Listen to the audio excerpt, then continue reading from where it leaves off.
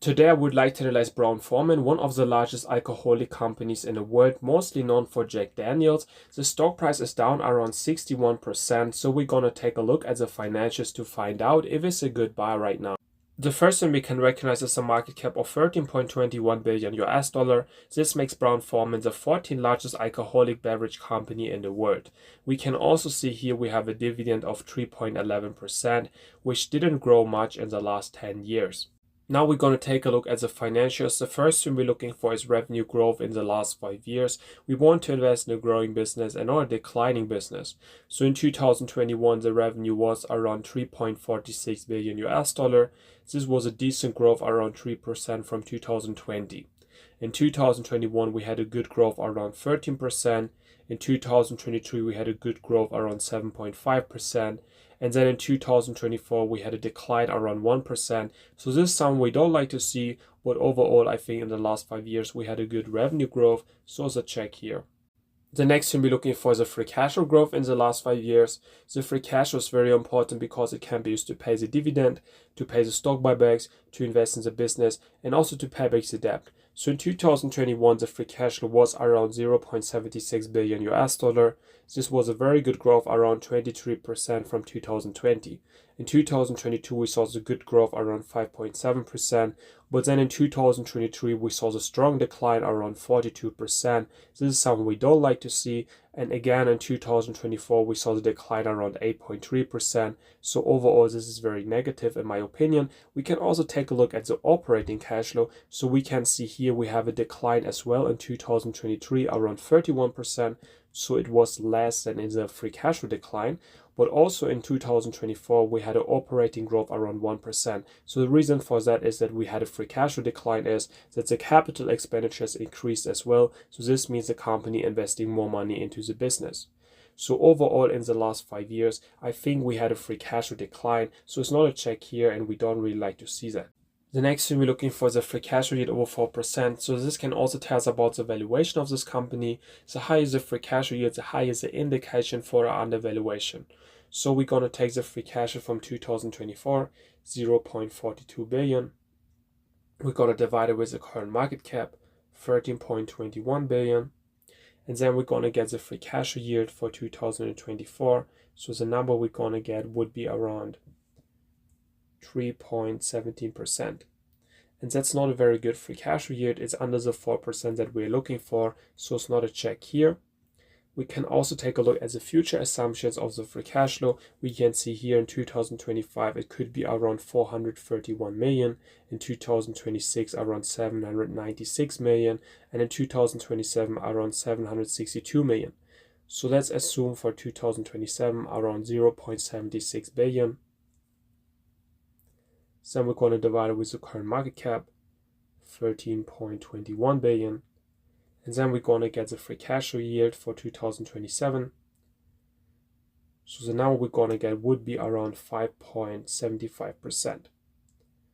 And that's a good free cash flow yield actually. It's over the 4% that we're looking for. So it would be a check here. But we are not sure that they can actually reach the free cash flow around this in 2027.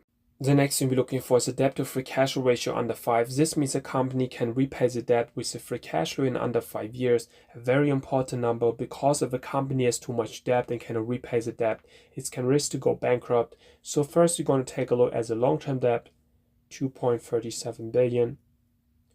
Then we're going to add the short-term debt as well. So we can see here this is around 0.46 billion. Then we're going to divide it with the current free cash flow.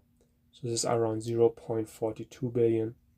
And then we're going to get the ratios that we're looking for. So the number we're going to get would be around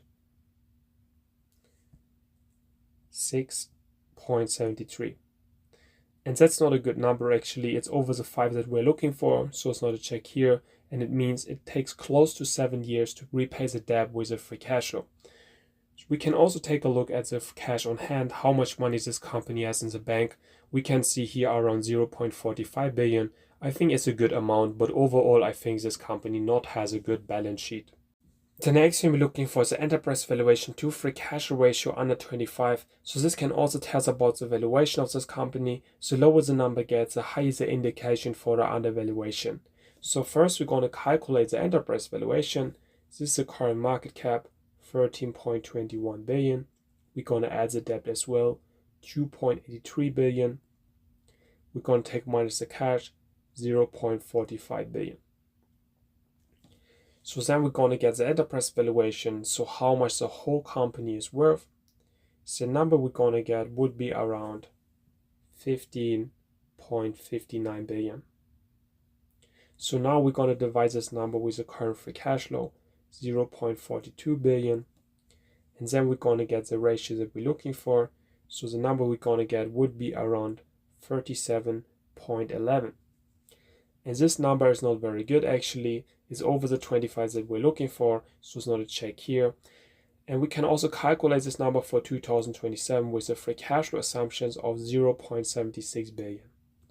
So then we're going to get a different ratio. So the number we're going to get would be around 20.51. And this number is better already. It would be a check here for 2027.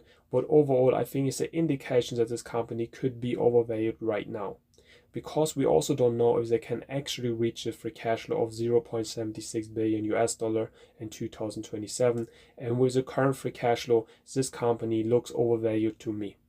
The next thing we're looking for is shares outstanding decrease. This means the company buys back their own shares. We like to see that, especially we think the company is undervalued. So we can take a look here and we can see many years the shares outstanding increased, but not very high. And in 2024, it decreased around 1.36%.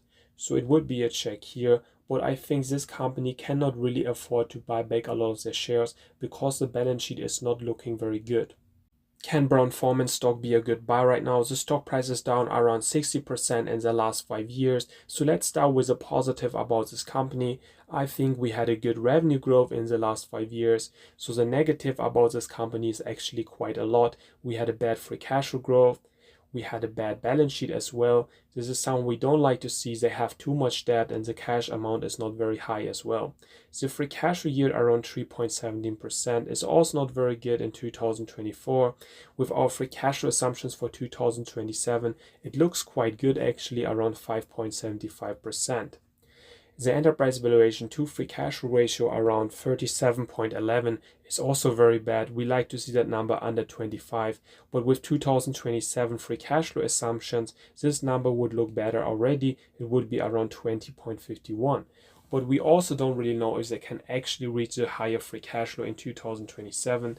The dividend yield around 3.11% is also not very high. So all in all, this company already down 60% in the last 5 years, but I still think it's not a good buy right now. I think this company still is overvalued. They have bad financials, they have a bad balance sheet, and I think this company also in the alcohol industry is not have a bright future because less people buying alcohol products nowadays, especially the younger people, are not so interested in alcohol anymore. So I think this company is not a good buy right now. If you found this video helpful, don't forget to like and comment and subscribe for more content.